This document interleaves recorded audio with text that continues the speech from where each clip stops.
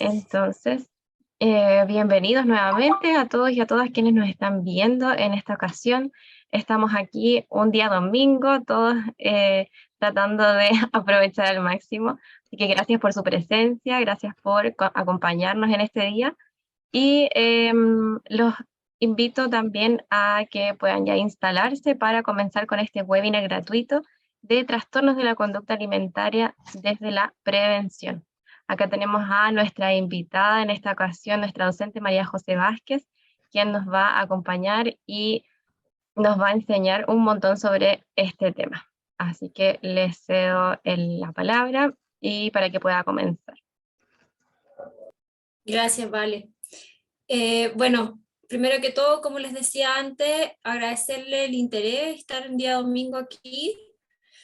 La idea es hoy día poder darles una pincelada sobre qué se tratan los trastornos de la conducta alimentaria, pero con una mirada desde la prevención también, que se ha visto que siempre, antes que el tratamiento, lo que más tiene efecto es que nosotros como profesionales de la salud, entiendo que el webinar está abierto no solo para nutricionistas, sino que profesionales de la salud en otros ámbitos, siempre tengamos un discurso más desde el lado de la prevención de trastornos de la conducta alimentaria y obviamente el saber cómo manejarlos para poder hacer una detección precoz, ¿ya?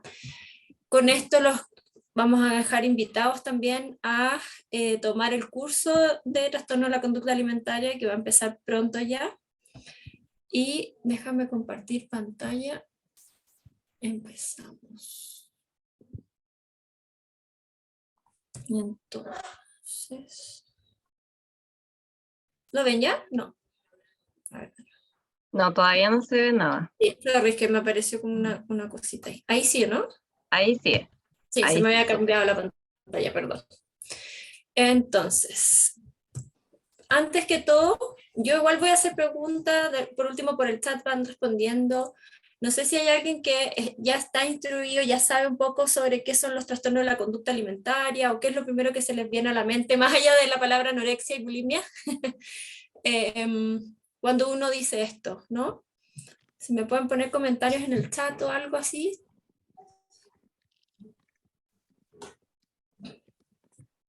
Conductas desordenadas. ¿Qué más se les viene a la mente para yo saber más o menos de la base que empezamos? Problemas relacionados con la ingesta de alimentos. Todo tipo de trastornos donde se pierde la percepción de imagen también, importante. Distorsión de la imagen corporal.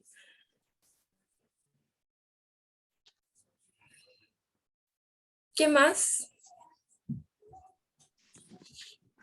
Mala percepción, falta de autoestima, pérdidas nutricionales graves, sí.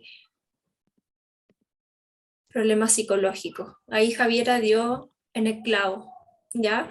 Generalmente cuando uno dice trastornos de la conducta alimentaria, lo primero que uno piensa es como, come mal, o tiene miedo a los alimentos, o cosas así. Cuando empezamos a interiorizarnos en lo que es trastorno de la conducta alimentaria, lo primero que deben saber es que los trastornos de la conducta alimentaria son un síntoma a una respuesta psíquica, por definición, ¿ya?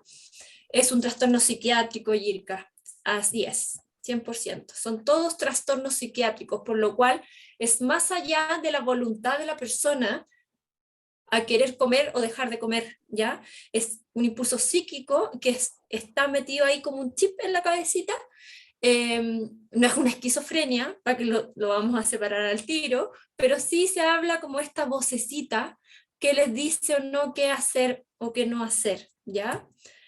Por ende, vamos a dejar bien en claro que los trastornos de la alimentación son afecciones graves desde el punto de vista psiquiátrico, ya que se van traduciendo en conductas alimentarias erróneas para lo que nosotros tenemos el concepto de lo que es alimentación saludable y que van a ir repercutiendo negativamente en la salud de las personas, ¿ya? También está muy involucrado la parte emocional, totalmente de la mano, no es que uno va más que el otro, ¿ya? Y todo esto va a influir en la capacidad en que la persona se va a desempeñar en su día a día en la vida, ¿ya? Incluso se empiezan a privar de algunas cosas. La mayoría de los trastornos de la alimentación entonces se caracterizan por fijar excesivamente la atención en el peso, la figura corporal y la comida, que es lo que más sabemos, lo que va causando estas conductas más peligrosas. Pero ¿por qué llevan esta atención al peso, la figura y la comida?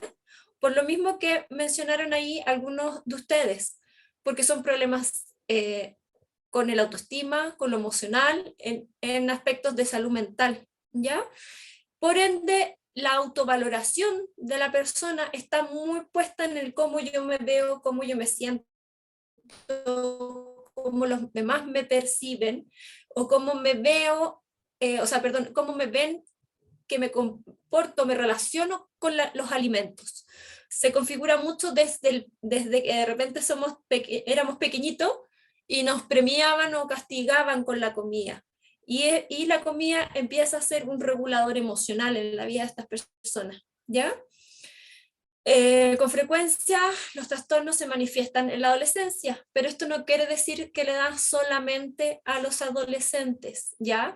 Sí se da en gran parte porque la adolescencia sabemos que es una edad compleja desde el punto de vista de salud mental, psiquiátrico, y también porque hay cambios físicos muy importantes que ocurren en este periodo, en que los adolescentes se hacen más vulnerables, es una población más vulnerable, pero no son los únicos que les da. A mí me han llegado muchos pacientes ya con sus buenos años, por decirlo de una forma, y dicen, es que yo no puedo tener un trastorno alimentario, porque eso es de adolescente. Y no, la verdad es que los trastornos alimentarios se dan en todo rango de edad. Hay ciertos incluso que se dan en los primeros años de vida, como más después sabemos que todos los niños tienen como su etapa neofóbica, ¿ya? Y sobre todo con la alimentación, y hay algunos que siguen con esto más prolongado, y ahí hay que empezar a hacer como algunos estudios de los primeros indicios de trastornos alimentarios. Y después, obviamente, aquellos que se van desempeñando, o sea, que se van desarrollando más hacia la adolescencia, tienen mucho que ver con esto que decíamos de la figura corporal o el área más emocional, ¿ya? Y también se dan en todo tipo de cuerpo. Así es, Priscila. Perdón, espérenme, aquí voy a cambiar. Independiente de cuál sea el diagnóstico, cualquier trastorno de la conducta alimentaria va a causar un deterioro considerable en todo lo que es el funcionamiento psicosocial y del paciente, su entorno también, y en su salud física, que es lo que sabemos que ocurre, ¿ya? Hay pacientes que tienen normopeso, y eso no quiere decir que no puedan tener repercusiones en lo físico también, ¿ya? Y eso es súper importante tenerlo súper claro, porque antiguamente uno siempre asociaba los trastornos de la conducta alimentaria a la delgadez, y la verdad es que se da, como dijimos, en cualquier edad y en cualquier tipo de cuerpo. Las conductas entonces tienen repercusiones considerables en la capacidad del cuerpo, independiente de su tamaño, para obtener una adecuada nutrición, ¿ya? Y por qué son importantes de considerar y sobre todo pesquisar desde temprano, porque tienen repercusiones a nivel de todos los órganos, ¿ya? Y uno de los más dañados generalmente son bueno, el aparato digestivo, sabemos, pero principalmente el sistema renal también y el corazón, que es el que más nos preocupa. Los trastornos de la conducta alimentaria son las enfermedades psiquiátricas, con mayor tasa de mortalidad. Entonces, y esto es porque causa daños a nivel de muchos sistemas, ¿ya? Pero siempre todo esto se puede revertir con alimentación. ¿Cuáles son los principales trastornos de la conducta alimentaria?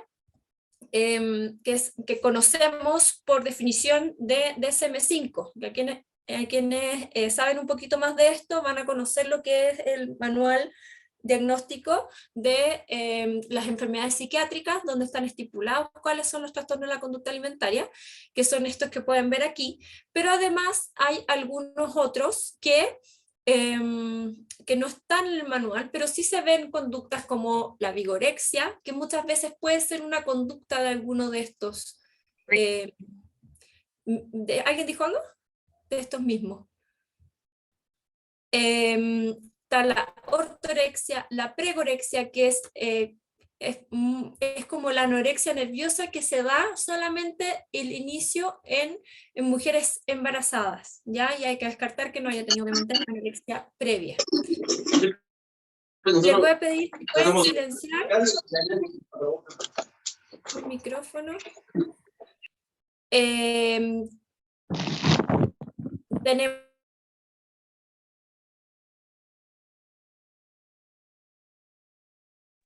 ahí está, que a mí también me silenciaron. Tenemos la drancorexia, que son aquellas personas que cuentan las calorías del alcohol y las restan de las calorías del total de calorías que deben consumir al día, entre algunos otros. Pero nos vamos a quedar con esto principalmente porque estos son los que están descritos por manual, y a quienes les interese el curso, saber que aquellos que van a estar mencionados en profundidad son anorexia nerviosa, bulimia nerviosa y el trastorno por atracón. Entonces, si vamos a hablar sobre prevención, tenemos que saber que durante los últimos años y las condiciones que nos tocaron, hubo muchos cambios, ¿ya? Algunos estudios pequeñitos que hay sobre cambios de hábitos durante la pandemia y más que nada también sobre temas de prevalencia que se empezaron a estudiar, indican que hay un aumento de los factores de riesgo asociados a la sobreingesta y la ganancia de peso con las situaciones que vivimos con el inicio de la pandemia. Los hábitos alimentarios poco saludables se comenzaron a exacerbar, ya sea en tipo de comidas, en pérdida de control, en la aparición de picoteos o snacks entre comidas, con esto de tener a disposición o trabajar muy cerca de la despensa, o estudiar muy cerca de la despensa, y también que aumentaron considerablemente el número total de comidas principales que se hacían en el día. Con esto también se le suma la disminución en los niveles de actividad física, ya sea en diversas intensidades, y aumenta el aumento, obviamente, de las horas en que las personas comenzaron a estar sentados todo el día por el tema del teletrabajo y las clases online. Y un 28% de las muestras de los estudios habían aumentado el total de sus horas sentadas al día, donde se señalaba que al menos pasaban 8 horas sentados sobre lo que habitualmente estaban sentados. O sea, no es que en total estaban 8 horas sentados, sino que 8 horas más de lo que ya acostumbraban a estar sentados antes, ¿ya? Y algunos estudios incluso mencionaban que esta cifra llegaba a un 40% de las muestras, ¿no? Por eso puse ahí mayor a 28, ¿no? 28 cerrados, dependiendo del estudio. Hay también una mayor ingesta alimentaria debido al tema del aburrimiento, la ansiedad que produjo el encierro, y muchos pacientes también empiezan a identificar mucha procrastinación con la alimentación. Por ende también hay un aumento en la ingesta atribuido a los estados del ánimo, ¿ya? El tema, ¿por qué les traigo esto en resumen?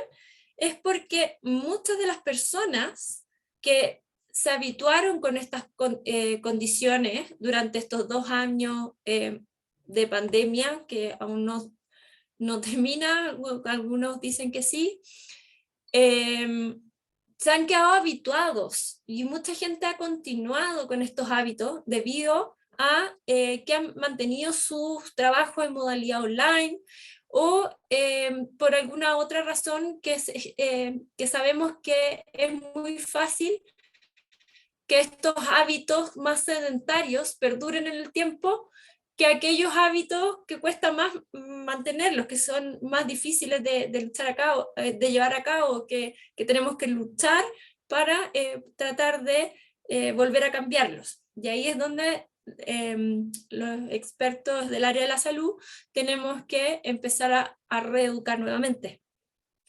Entonces, en términos de cifras de trastorno de la conducta alimentaria, previo a la pandemia se decía que la prevalencia de los TCA en mujeres eran en promedio, porque varía dependiendo del diagnóstico, de un 8,4% en mujeres y 2,2% en hombres, ¿ya?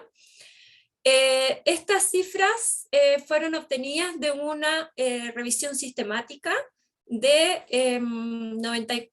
se estudiaron 94 estudios de prevalencia, ¿ya? Que según distintas muestras sacaban un promedio de 8,4 y 2,2 en hombres, ¿ya?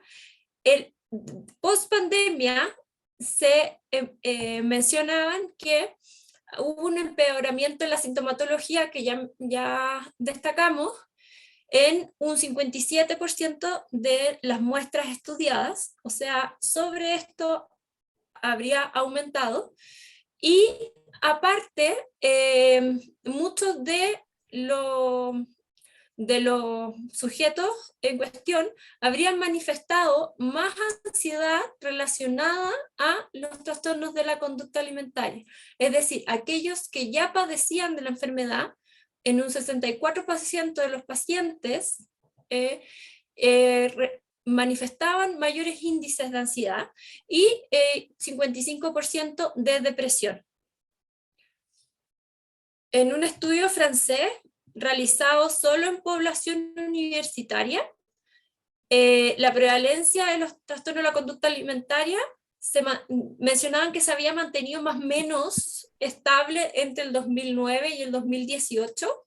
Ellos habían estado haciendo seguimiento de todo su alumnado durante estos años, pero que posterior a la pandemia comenzó a evidenciarse un aumento significativo desde el 31,8% a un 51,8% en los estudiantes, ¿ya?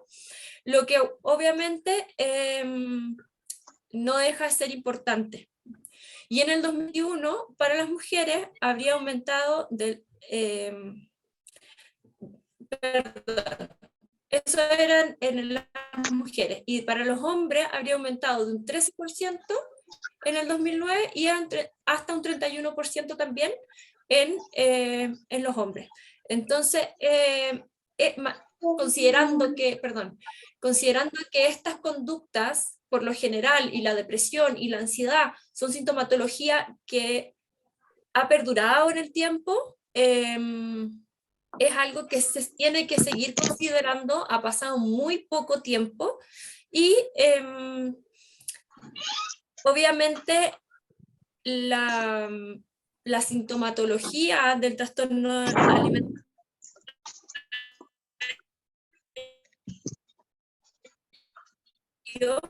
no es algo que ve y que incluso aumente, ¿ya? Entonces incluso estas cifras podrían estar aún más elevadas, ¿ya? Además, existe un aumento significativo en lo que son la malnutrición por exceso, y hay muchos otros estudios que señalan que uno de los diagnósticos que más aumento habría tenido, pero esto no está aún cuantificado realmente en estudios que tengan una muestra poblacional importante, aquel que tomó como más fuerza, por decirlo de una forma, fue el trastorno por atracón, ¿ya? Porque como pueden saber algunos, o si les interesa conocer ya más detalles del diagnóstico, se van a dar cuenta al estudiarlo que el trastorno de atracón o binge eating, que se llama en inglés, usa mucho como regulador emocional la alimentación, ¿ya? Entonces mucho frente al estrés emocional, los pacientes mencionan que se están como comiendo esas emociones. Entonces, en conclusión, podemos decir que las restricciones sociales de esto de privación, ¿ya? Y el menor apoyo social,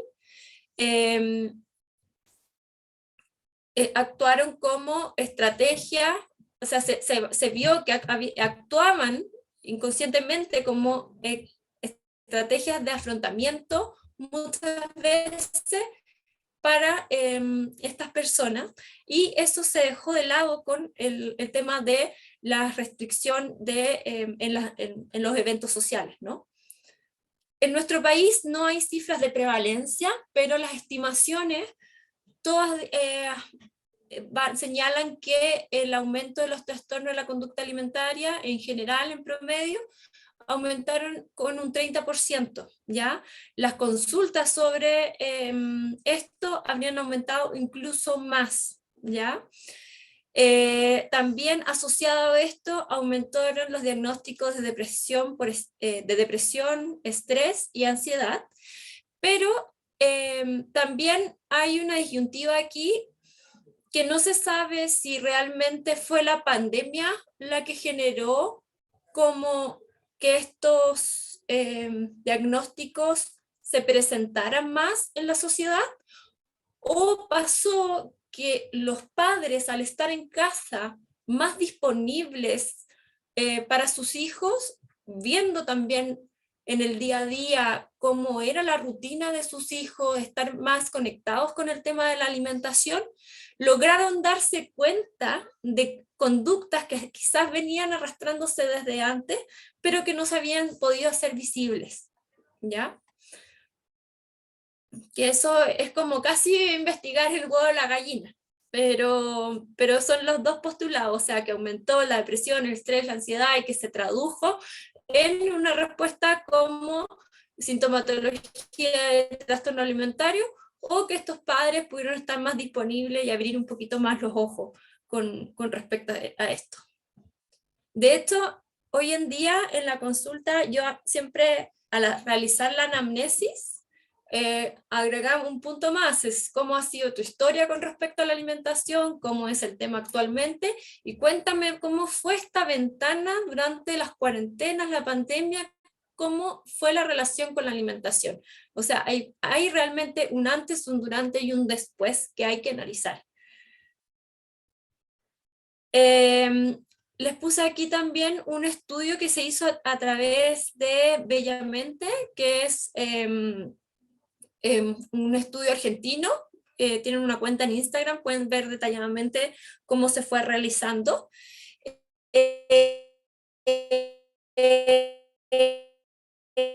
Este estudio evaluó durante las cuarentenas, ¿ya? Y cómo influía en la imagen corporal en tiempos de aislamiento social. Sabemos bien, perdón, que la percepción de la imagen corporal está muy influenciada por el cómo yo me siento, me percibo. O sea, hay un componente cognitivo y perceptivo importante para ver cómo yo traduzco esto, ¿ya? Y bueno, el estudio mostró que un 46% de las mujeres, ¿dónde está el enlace? Acá. 46% de las mujeres afirmaba que la percepción de su imagen corporal había cambiado de manera negativa durante los aislamientos. La mitad de las mujeres afirmaba que se acentuó su preocupación por la imagen corporal, ¿ya? En nuestro país también, incluso el malestar emocional habría partido antes por los temas, sabemos, del estallido social, ya la inseguridad que algunas personas incluso llegaron a sentir en esa época, o porque sabemos también que muchas de las rutinas, sobre todo en el grupo de estudiantes, se vio intervenía, y ya habían empezado ciertas manifestaciones de mayor estrés y ansiedad que combinados con la pandemia se habrían potenciado. Pero ojo que estas cifras son netamente de población argentina, ¿ya? El 68% de las mujeres comenzó a usar siempre aplicaciones o filtros para editar sus fotos en las que aparecían antes de publicar. Emociones negativas como frustración, angustia, ansiedad, enojo, aburrimiento, etc. Y 8 de cada 10 mujeres se sienten insatisfechas con su imagen corporal. Y así sucesivamente. Lo importante de por qué les toco este punto es porque sabemos que en la gran mayoría de los trastornos de la conducta alimentaria, un componente importante es el tema de el cómo me veo, cómo me siento corporalmente. No todos los diagnósticos de los trastornos de la conducta alimentaria tienen problemas de imagen corporal, pero sí varios de ellos, sí muchos de ellos y si es que no casi todos, casi no todos, comienzan con algún malestar que se hace evidente un malestar en el cómo yo me autopercibo, ¿ya? Muchos de estos también se gatillan con restricciones, producto de este mismo malestar, ¿ya? El objetivo de este estudio principalmente era visibilizar cuáles eran las distintas problemáticas sociales que se fueron dando a través de estos datos publicados. ¿Y por qué les menciono esto? Porque, ¿qué podemos hacer desde el punto de vista de la prevención? ¿Ya? Hay muchas cosas que podemos hacer, ya sea como profesionales de la salud, como miembros de una familia o como una sociedad, en pro de disminuir esto y prevenir el inicio de un futuro cuadro de TCA, ¿ya? Entonces, como profesionales de la salud, lo principal va a ser que nosotros conozcamos sobre la patología, ¿ya? Para poder realizar una detección precoz, y ya sea comenzar a tratarla o hacer una adecuada derivación. Siempre con un discurso desde el lado educativo hacia la población, educando y fomentando una alimentación saludable sin caer en extremos y no satanizando, los alimentos, ¿ya? Y promover la aceptación corporal, que hoy en día está muy como en boga, este discurso, también deteniendo el fat talk y la gordofobia. Desde el punto de vista de nosotros comunidad, componente de una familia, o también nosotros como profesionales de salud, cómo vamos a educar al entorno del paciente o de aquellos que sabemos que son un grupo vulnerable a presentar estas patologías, es inculcando un sistema de valores donde el peso y la comida no sean el eje central de la valoración personal y de cómo yo demuestro cariño hacia otros. Y en general, como sociedad, promover la tolerancia a la diversidad, cambiar el discurso de la delgadez como sinónimo de éxito y combatir la gordofobia, como les había mencionado. Todo esto, ya sea en cualquiera de estos pilares donde nos situemos, la idea es que sea en pro a favorecer la construcción de una autoestima adecuada en cada una de las personas. Les voy a hacer hincapié desde el punto de vista profesional. Como les decía, lo más importante es informarse acerca de los trastornos de la conducta alimentaria más prevalentes, identificar sus factores de riesgo para así poder realmente pesquisar aquellos casos que incluso están ahí como casi por iniciar, o sea, Si no hacemos algo, si no se interviene realmente en este momento, podemos gatillar ya un trastorno de la conducta alimentaria, o cuando son los primeros indicios, los primeros síntomas de que ya algo se está manifestando. Conocer acerca de la etiología del comportamiento alimentario para poder entenderla, comprenderla y ayudar a los pacientes adecuadamente. Promover la realización de actividad física en rangos saludables, tanto de manera en aspecto físico y de salud mental, ¿ya? Y como les dije en un principio, más allá que cuál es el mejor tratamiento para el trastorno de la conducta alimentaria, siempre saber que lo mejor va a ser la prevención, y fomentar la prevención de esto, ¿ya? Como les decía, al conocer sobre la teología del comportamiento alimentario, es más fácil para el profesional no solo pesquisar aquellas conductas que están siendo erradas, sino que también les va a dar el pie para poder identificar cuál podría ser el curso del paciente o el curso que pueda tomar esta patología, y anteponerse incluso a algunas situaciones que puedan ir pasando. Cuando hablamos de prevención, entonces, volvemos a nivel de sociedad, debemos, les voy a dar algunos como tips o consejos en general de cómo enfrentarlo, desde tanto del punto de vista conductual alimentario, como desde la salud mental, ¿ya? O sea, como les dije también al principio, esto va todo de la mano. Como sociedad, reforzar la aceptación del cuerpo, sentirse satisfecho, enseñar a los chicos a ser críticos con los mensajes que aparecen en redes sociales, ¿ya? ¿Cómo podemos hacer esto? Por ejemplo, ver televisión con los niños o adolescentes, o navegar juntos con internet para poder enseñarles a discriminar los mensajes que son entregados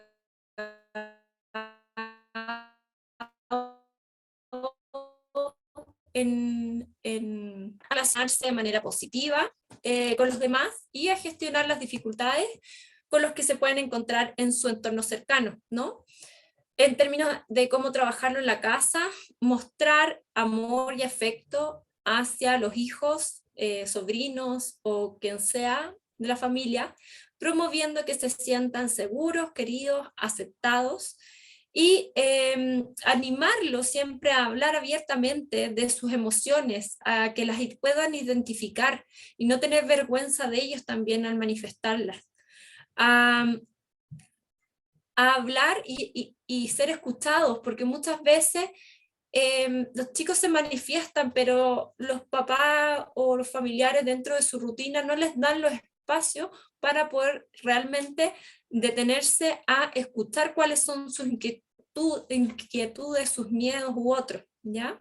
Y establecer un entorno seguro con pautas claras, ¿ya? Mejor que si son pocas, firmes, y obviamente evolucionando acorde a su edad. Y lo más importante, cuando están en la mesa, disfrutar al menos de una comida, un tiempo. Lo ideal es que al menos sea el desayuno y la cena, ¿no? Sabemos que el día a día es muy variable, dependiendo de la edad también, de los grupos etarios que conformen la familia, pero al menos que sea una comida en familia donde se converse con tranquilidad e interés, que no se discutan los problemas en la mesa familiar, confiar en los más pequeñitos en sus sensaciones de saciedad, ¿ya? Evitar a forzarlos a comer, sobre todo a veces platos muy grandes, y recordar que muchas veces el ritmo de alimentación de los niños es más lento de acuerdo a sus edades y a sus propias capacidades físicas, ¿ya? Evitar utilizar la comida como premio o castigo, porque esto, aunque uno no lo haga o no lo hayan hecho a muchos, me ha tocado de repente alumnos que mencionan que también les pasaba cuando cuando más pequeños, venimos de una generación que se premiaba o se castigaba mucho con comida, y solemos hacerlo también nosotros inconscientemente, ¿ya? Entonces quizás cuando se encuentren en esas situaciones, tratar de revertirlo, y la comida no es un premio ni un castigo. Por ejemplo, el típico mensaje que se escuchaba de si te terminas todo el plato de comida, te doy un helado de postre o un pastel de postre o cosas por el estilo.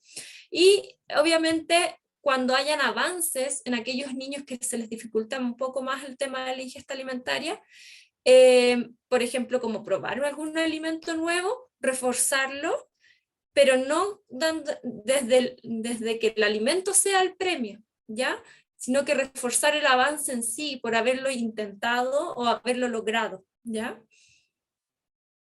Y a la hora de realizar programas de prevención, más que mostrar un diseño, alguna cosa así, les voy a mostrar acá el resumen de un estudio que se realizó el año 2021 sobre la evaluación de un programa nutricional para la prevención de trastornos alimentarios, donde la idea del estudio fue, esto fue un estudio, perdón, cuantitativo, donde se evaluaron 5 intervenciones, ¿ya?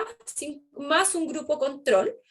Se aplicó también un cuestionario al inicio y al final de las intervenciones, y con el fin de evaluar la problemática y el impacto que van teniendo las estrategias, las diversas estrategias que se han utilizado como prevención de trastornos de la conducta alimentaria. Y se observaron algunas diferencias estadísticamente significativas en las preguntas de ¿me gusta comer con otras personas? ¿Siento que los alimentos controlan mi vida? Y se vieron cambios positivos principalmente en esas 2 preguntas, pero lo rescatable de esto, ¿por qué se los quise mencionar así como para el cierre? Es porque se vio que tuvo mucho más importancia, fue mucho más notorio el cambio en aquellos programas que fueron de manera interactiva. Es decir, aquellos donde la persona que los impartía con los chicos que participaban generaban más formativas, ¿ya? Entonces, más que con esta solamente transmisión de conocimiento como si fuera una sala de clase entregando por definición u otro, sino que en aquellos donde hacían actuar frente a ciertas situaciones a los chicos, tenían mucho más impacto en las respuestas post intervención que aquellas que eran solamente de carácter informativo. Entonces esto es con el fin de que si realmente quieren quizás en algún momento diseñar algún programa, alguna estrategia preventiva, ya sea porque trabajan en colegios, en salud primaria u otro, es muy importante considerar que la interacción directa y la participación activa durante el curso del programa de prevención de los participantes va a tener mucho más adherencia en cómo van a recibir el mensaje, sobre todo si son chicos escolares, ¿ya? O sea, como adolescentes. Y eso, perdón lo rápido, pero sé que como es domingo, el tiempo está un poquito más acotado. Ahora, no sé si tienen algunas preguntas o algo.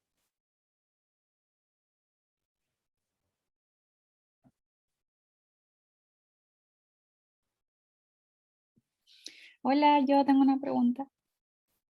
¿Sí? ¿El curso que imparte NutriActive es enfocado a adultos o a infanto juvenil?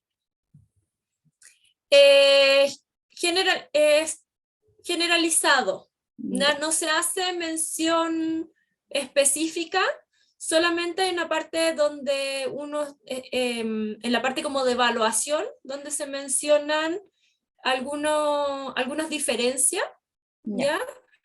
Pero el tratamiento, ya sea adulto o adolescente, en el aspecto nutricional, porque el curso está enfocado en como más terapia nutricional ambulatoria, es básicamente bajo el mismo concepto, ¿ya? Aquellos que están más interiorizados, por ejemplo, si ya quieres, estás mucho más metido en lo que es trastorno de la conducta alimentaria y ya con un equipo de trabajo tienen un estilo de lo que es el mantra, que es netamente enfocado en la familia, en los padres, donde se le da el poder a todos, pueden haber indicaciones puntuales en que se diferencian más que otros tipos de tratamientos, pero es en indicaciones generales al grupo familiar, no en el tratamiento nutricional propiamente tal. No sé si se entiende. Sí, muchas gracias.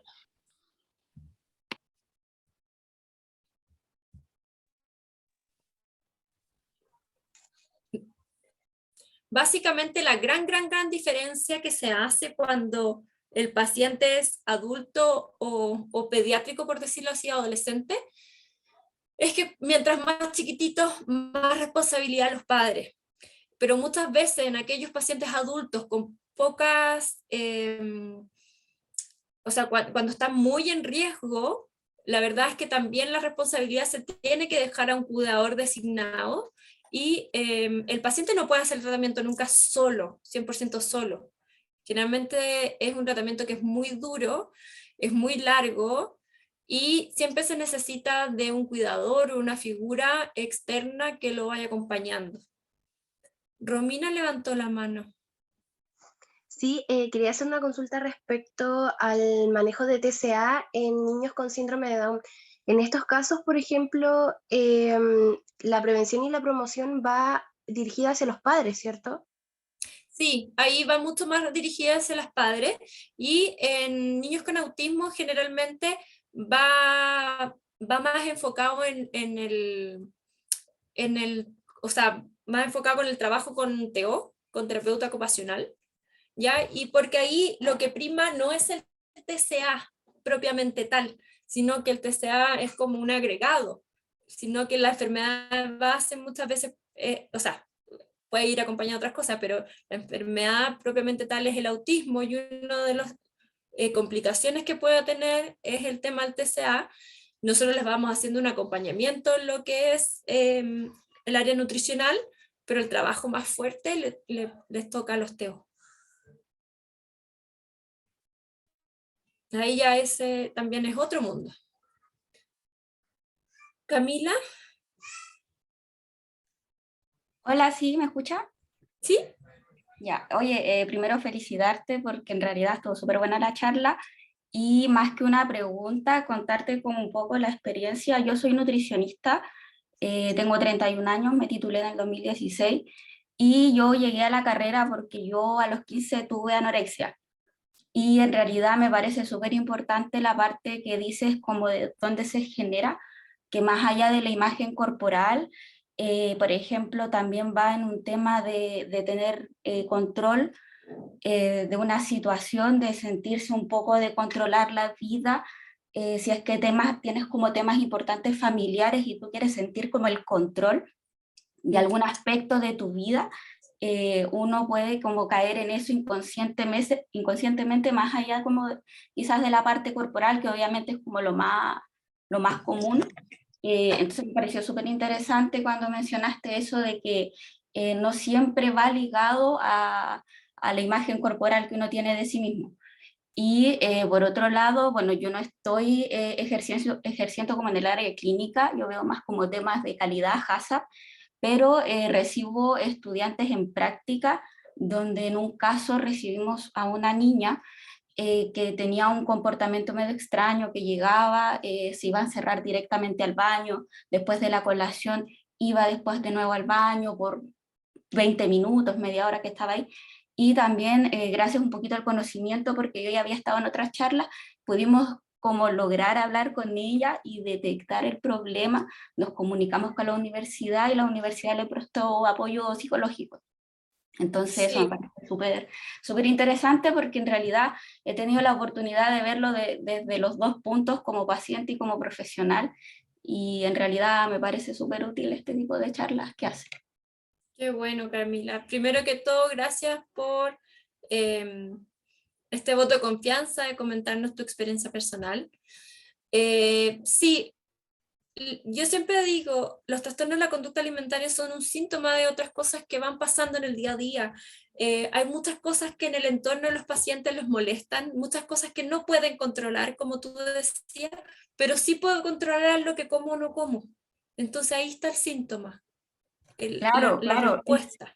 Claro, es como cuando tú sientes que como que pierdes quizás un poquito el control de varios aspectos de tu vida, uno inconscientemente quiere buscar tener el control de algo propio, de algo tuyo. Entonces, como te digo, de manera inconsciente uno cae un poquito en esto, igual está influenciado el tema de la imagen corporal, quizás un poco un disgusto de cómo estaba en ese momento, Así es. pero sí, eso. ¿Ves?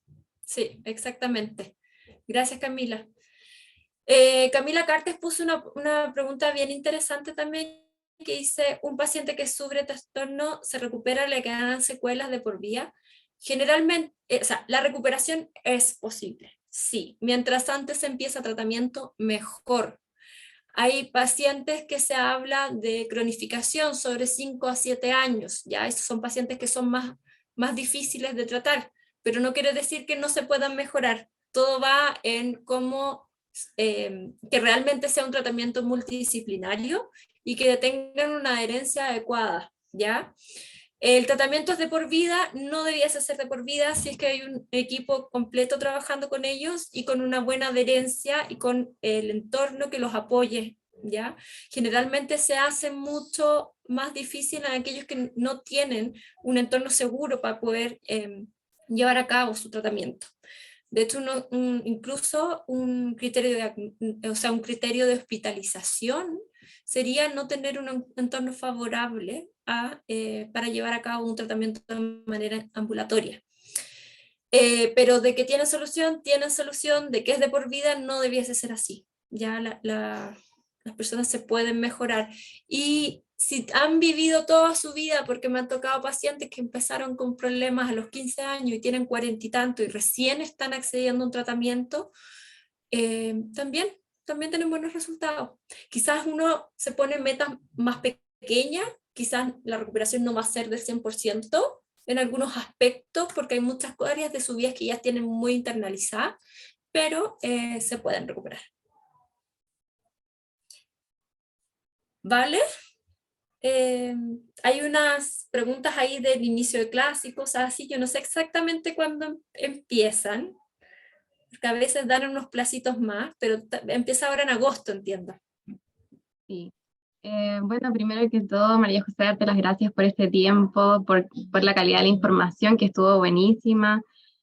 Tuvimos hartas preguntas también, así que ojalá que se hayan ido con harto conocimiento.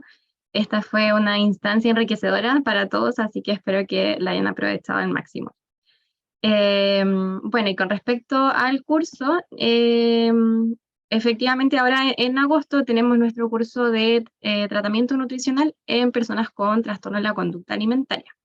Ya, yo les voy a compartir acá un poquito la pantalla para que vean ustedes el programa y contarles un poco de este curso.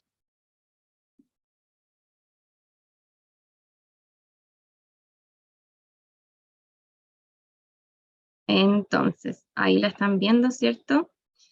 Bueno, también comentarles que en nuestro canal de YouTube les recuerdo que pueden ver todas nuestras actividades gratuitas, pueden ver webinars que hicimos anteriormente, también hay los conversatorios, el conversatorio que tuvimos ahora último, que estuvo súper interesante acerca de la microbiota de la infancia, ¿ya? Así que se pueden suscribir a nuestro canal de YouTube y también este webinar va a quedar en nuestro canal de YouTube para que lo puedan volver a ver y puedan entonces verlo a su ritmo, tomar apuntes y todo eso. Acá les comento nuestras próximas formaciones de agosto. Ya tenemos cursos, webinar, vamos a tener masterclass también. La primera comienza el 10 de agosto, que es de alimentación vegetariana. Ya tenemos de alimentación colectiva, webinar también de edulcorantes, de adulto mayor. Ya, y como les contaba, también masterclass aquí para el sistema inmunológico. Y finalmente, entonces acá tenemos nuestro curso relacionado a este webinar que estábamos presentando. Y este curso comienza el 22 de agosto, ¿ya? Cuando nosotros ponemos la fecha, esa es la fecha del envío de las clases, ¿ya? Entonces el 22 de agosto inicia este curso, ustedes pueden realizar la inscripción hasta el día antes, ¿ya? Entonces hasta el 21 de agosto pueden inscribirse en este curso, lo hacen a través del formulario como siempre, y las clases son en formato de video. Ya la modalidad es mixta, por lo tanto son clases grabadas que son compartidas por mail y se envían el 22 de agosto a las 19 horas, ¿ya? Todas las clases son enviadas a las 19 horas del día 22 de agosto y posteriormente se hace un encuentro en vivo por Zoom para poder resolver las dudas, comentar las clases, ya dar un espacio también para que ustedes conversen con nuestra docente y puedan ahí comentar todo lo que sea referente al curso. Ya también este curso incluye un taller práctico que es de resolución de casos clínicos, que también lo van a ver con nuestra docente. Incluye una carpeta material, o sea, con material bibliográfico. Ya al final del curso también tienen una evaluación que es opcional y si ustedes rinden la evaluación, entonces también pueden acceder a este certificado de aprobación, ¿ya? Y finalmente acá tenemos nuestros módulos, son 4 módulos súper intensos de harto contenido. Y acá, María José, te pido si es que puedes entonces, más que nada, dar una pincelada de lo que va a ser este curso para los participantes.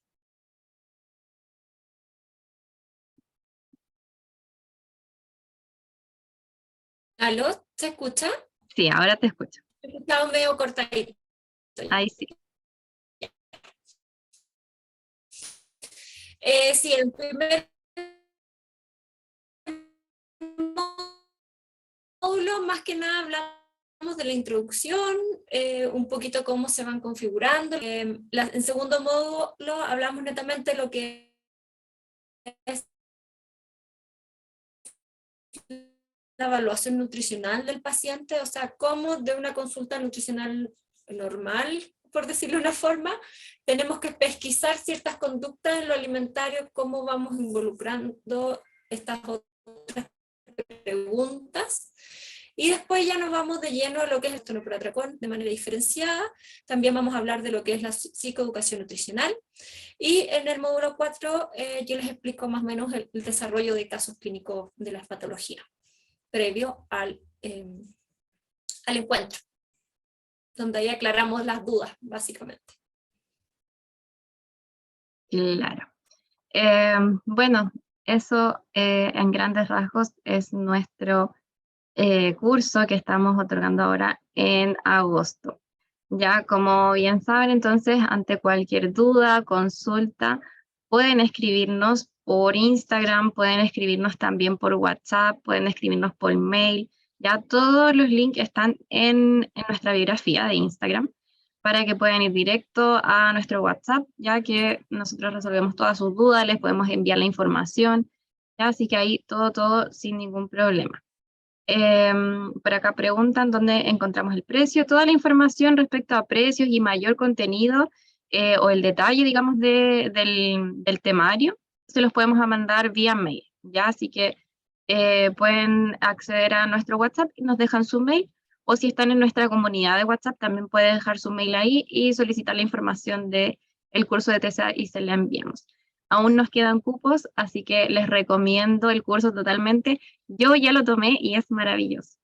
Ya, así que de verdad, muy buen curso, excelente información, súper actualizada, la carpeta de material extra también. Así que yo quedé fascinada. Así que se los recomiendo.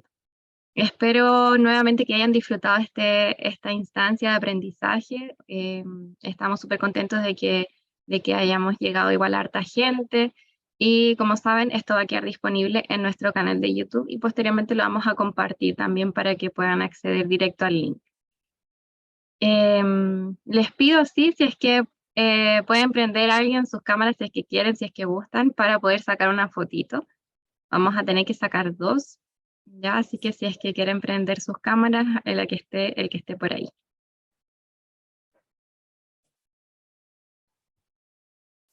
Es domingo, vale. Estamos Hay en que- condiciones. Ya, ok. Estoy en la camita. en el sofá. Estamos desde la cama, no importa, no importa. Hay muchas gracias a las que prendieron su cámara. Muchas gracias. Muchas gracias por Francisca. estar presente un domingo a esta hora que yo sé que estamos todos medio flojeando. Así es. Súper, entonces voy a sacar Bien. la fotito a la cuenta de 1, Ah, 2 ya. y 3. Ya, súper. Muchas gracias nuevamente. Y espero verlos en una próxima instancia, en una próxima ocasión, en este curso, que como les digo, es buenísimo. Así que cualquier cosita, duda, escriben por el WhatsApp o por Instagram también, y nosotros le mandamos la información con mucho gusto.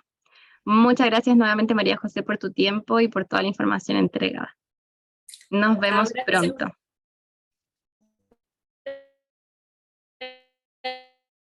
por el interés. Súper.